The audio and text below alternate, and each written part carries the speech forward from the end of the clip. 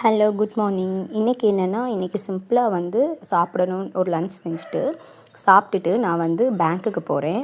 ஒரு நகை திருப்ப வேண்டியது விஷயமா திருப்ப முடியலை. ஜஸ்ட் அதை வந்து வட்டி கட்டிட்டு வைக்கிற மாதிரி ஒரு இதுக்காண்டி போகிறேன்.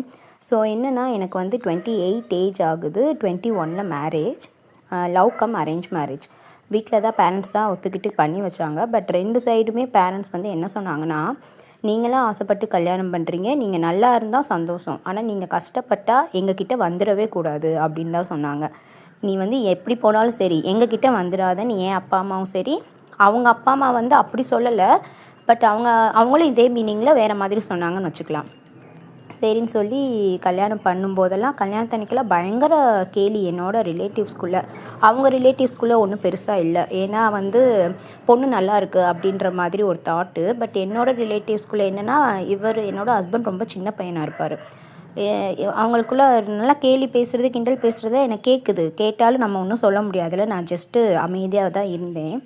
அப்போ இருந்தே ஒரு வைராக்கியம் இருந்துச்சு. நான் வந்து எப்படின்னா, யார் வீட்டுக்கும் விருந்துக்கு கூட போகல. என்னை கூப்பிட்டது எதுக்குன்னு எனக்கு தெரியும். நம்மளை கூப்பிட்டு இவனுங்க சோறு போட்டு அசிங்கப்படுத்த போகிறானுங்க, நம்ம போய் இதை எதுக்கு சாப்பிடணும்னு சொல்லி நான் யார் வீட்டுக்குமே என்னோடய சைடு விருந்துக்கே போகல.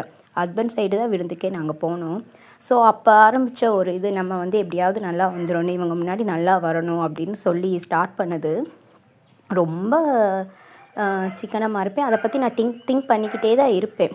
எப்படின்னா, சேவிங்ஸ் வந்து அப்போ இருந்தே நான் ஸ்டார்ட் பண்ணிட்டேன். ஸோ வந்து ஃபைனலி வந்து பையன் பிறந்தது வந்து, கல்யாணம் ஆனது 2017 அக்டோபர். பையன் பிறந்தது வந்து 2019 டிசம்பர்.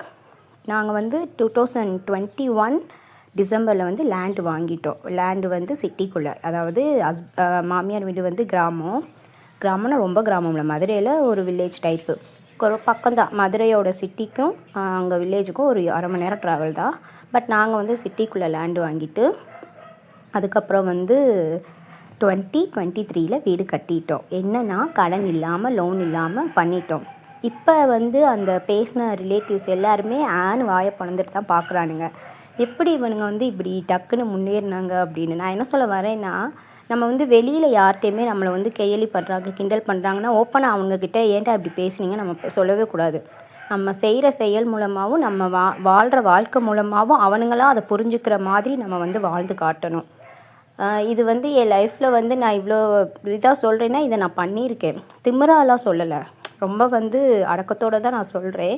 உங்களால் முடிஞ்ச வரைக்கும் சேர்த்து வைங்க. ஒருத்தவங்க உங்களை பார்த்து வந்து கேலி பண்ணுறாங்க கிண்டல் பண்ணுறாங்கன்னா, நீங்கள் அவங்ககிட்ட பதில் பேசவே வேணாம்.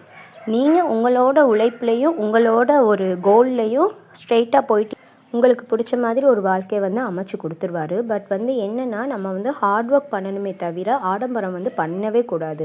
ஒருத்தவங்கள பார்த்து நம்ம வந்து அவங்கள பார்த்து முன்னேறணுமே தவிர, அவனுங்க வந்து இதெல்லாம் பண்ணுறானுங்களே நம்மளும் அதாவது அவங்களோட நல்ல விஷயத்த மட்டும்தான் நம்ம எடுத்துக்கிறணும். நான் அப்படி தான் இப்போ வரைக்கும்.